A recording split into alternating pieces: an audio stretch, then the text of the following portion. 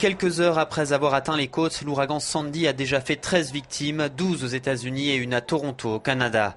Il y aurait 5 morts rien que dans l'État de New York où plus d'1 million de personnes ont été plongées dans le noir lundi soir, 250 000 rien qu'à Manhattan. La façade d'un immeuble de 6 étages s'est effondrée sans faire de victimes et une explosion très impressionnante s'est produite dans une centrale électrique. 19 salariés de la compagnie s'y trouvaient pris au piège.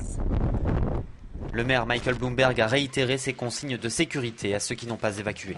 Ce n'est plus le moment de partir, a-t-il affirmé. Ne sortez pas, c'est toujours très dangereux. Et jusqu'à ce que la tempête soit bien passée, restez à l'abri, ne bougez pas où que vous soyez, je vous le répète, restez où vous êtes. La tempête tropicale a atteint les côtes du New Jersey, près d'Atlantic City, au sud de New York, vers minuit heure de Bruxelles. Les vents avaient alors quelque peu faibli, mais soufflaient encore à 130 km/h. Dans l'état du New Jersey, 2 personnes sont mortes dans leur véhicule après avoir percuté un arbre. Le prochain état sur la trajectoire de Sandy est le Connecticut. Son gouverneur a appelé des milliers de résidents des zones côtières à quitter les lieux tant qu'il en est encore temps.